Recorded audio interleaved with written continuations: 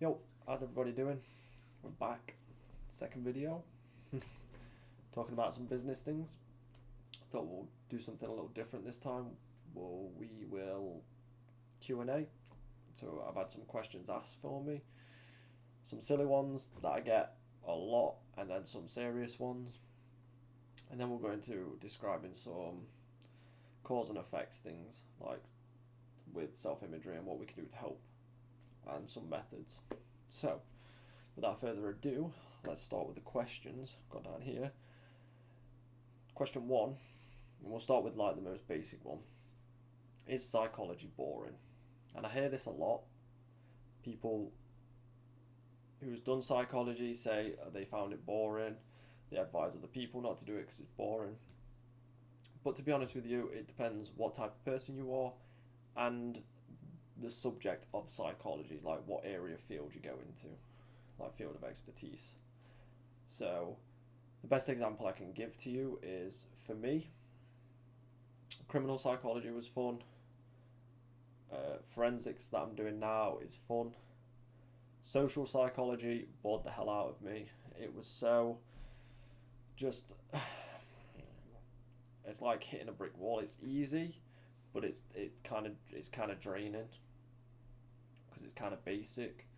So definitely it's the area of psychology you go into that makes some boring and some not. But fundamentally, it depends on the type of person. If you enjoy psychology, then you're probably going to enjoy a lot of it. So that's how I'd answer that. Definitely who you are and what field to go into. So don't be shy going into field. I always say if someone wants to go into psychology, try and go into like not just your generic, just go into something like unusual and something that's going to keep you engaged, because engagement is the best. And as for social psychology, it just didn't engage me. I was just like, ugh, like, what is this? Question 2 I get, and we'll go fun one. Can we read minds? No. We're not psychic. Can't go in there and like pick a thought out and be like, that's what you were thinking. But we can ask certain questions, especially if you've done profiling or studied body language. You can ask certain questions to get certain answers, pick up on the way you act, the way your body is, because everyone has tells. That's how poker people do it. They look for tells to tell that you're lying or you're bluffing, things like that. And we do it exactly the same. Let's use anxiety for an instance. Sometimes when we're anxious, we like playing with our hands or kind of like pacing a little bit. So it's definitely, you're definitely able to pick up on things. You have to practice it. But yes, we can pick up on certain things, moods, maybe the way you're feeling, what you're thinking, but not just by like telepathic abilities. That's not it. And it's always a fun one you get because someone will be in a mood or something and you'll read the body language or the way they're speaking and you'll be like, oh, you're okay, it looks like, and they'll be like, yeah, how do you know that? Are you reading my mind? And you're like, no, it's just how you are and how your energy is perceiving off it, like your body language, stuff like that. So no, not mind readers. Maybe someone is, maybe someone isn't. I don't really know. But a lot of psychologists, no, not mind readers. A serious one. How can we get our working memory to function better?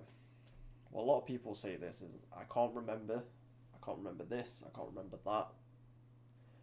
Which is true in that like split moment, but unless you've had like a serious like brain injury or have amnesia and stuff, our brains tend never to forget anything. It kind of just, because of how much information is getting processed through your eyes, that has to get stored up here, it just stores it in crazy order. Like it's just everywhere. It's like a messy room. So we don't forget anything. It just takes our brain longer to find a trigger that processes the memory. Whereas if you do like techniques of associating like a really thoughtful thing or a meaningful way you're feeling, emotion, to a memory, it makes it easier to pick up and to recall, because if we're associating things to it, we're kind of like filing ourselves because we have an attachment to it, instead of it just having that attachment to a memory. But because you don't really think of it that way, it goes away, and it takes a while to come back. You can still get to it, but it still takes a while. So we don't forget anything. So it's about practicing techniques of, for me, I like associating things with what I'm doing in the memory. So for me, I would do like important things, filing cabinet. That's what I associate it with, because then I know it's going in order, and then I can just pick it out and put it back. If I'm doing something fun, I'll associate it with like gaming moments or fun activities, things I do with the girlfriend, just fun bubbly things, and then I associate them with memories, and I'm like, oh, that's in like, you could imagine like if you're a gamer, let's instance, you could use like fun memories and associate like a game cabinet with your fun memories, and instead of being like collectible game cases, you could have just memories but they're associated with it, so it's easier to just pick out. But it's just practice. There is a lot of other ways to get your functioning memory better. For me, that works. Just positive association and meaningful association to an object at the moment, so you can remember the memory better. Because when it happens, like sometimes, let's say you go out for a meal and something on the plate is like your mum used to cook it, or someone in your family member used to cook it a long time ago, and you're like, oh my god, my mum used to cook this. Now, if you just took for a second the way you were feeling about it and associate the feeling to it, then it's easier to go. If someone asks you, oh, what did you eat last night, you can then go, oh, I had so and so and so, and they'll be like, oh, the memory, because then it's the memory trigger, and it's like a domino effect. It triggers the memory, and then it triggers what the meaningful association is to the memory. So it gets our brain functioning a little bit easier. It's not straight away, it does take practice, but that's one way you can get your working memory better functioning. Question 4. What would I have done if, like before forensic psychology? Well, I wanted to do like athletics. That was way back in school, because I was a good runner. I was very good at what I did. Stopped that because running was boring. Like you're good at it, and it's like you kind of get that thing of like teachers, parents, you're wasting a good talent. But short distance was okay, but long distance I was still very good at it. But it just like you get bored. So then I went through my own dark period of time. That's when I started getting into psychology, because for me to understand my own psyche and what was happening to me, I was like, I need to know how it happens to others, and by learning psychology I was able to better myself. So then I started mainly in suicidal tendencies, moved to criminal because I wanted to do criminal psychology and go into the field of like serial killers and the mind of serial killers. But then as I got older, I kind of didn't want that drama that's attached with it, as no matter what you do when it comes to like criminal stuff, if you always bring a part of it home with you, and it could just be the memories of what you've been looking at that day. And for me, I want a family, children obviously. So I was like, oh, what else can I do instead of criminal that still involves like putting pieces of a puzzle together, because I enjoy puzzles. And I was like, let's look at forensics, because that's what forensics is. It's about start to finish and how it got there, what you did, the plan, like little bits leading up to the outcome. So I was like, I'm going into forensics.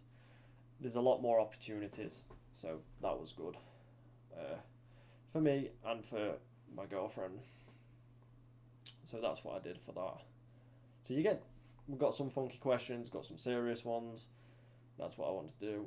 Also, I did a bit of ghost hunting in the past, but if you watch my podcast, you already know that. But yeah, all of that, and then psychology forensics.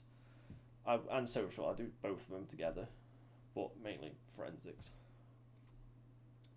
Right, what we got to talk about the other day was a lot of self-imagery issues, and a big one is not being able to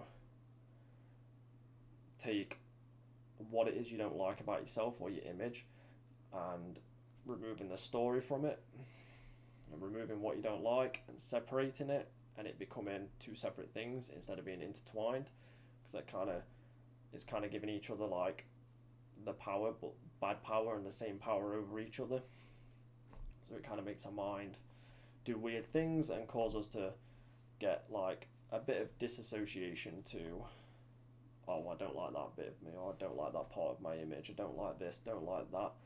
Where instead, if we do split association, and we can split them into two, like I said, like, so if we take what we don't like about ourselves is the what, and then the story is the why, so we split them into two and give them their own power separately. So if we take the story, we'll use the story of how it's either bettered us or made us worse, but how it's going to better us in the future, because it is your story, it is part of you, it is your journey that you're going on, so we can use it to adapt and reinforce it to make the story a little less hard for you.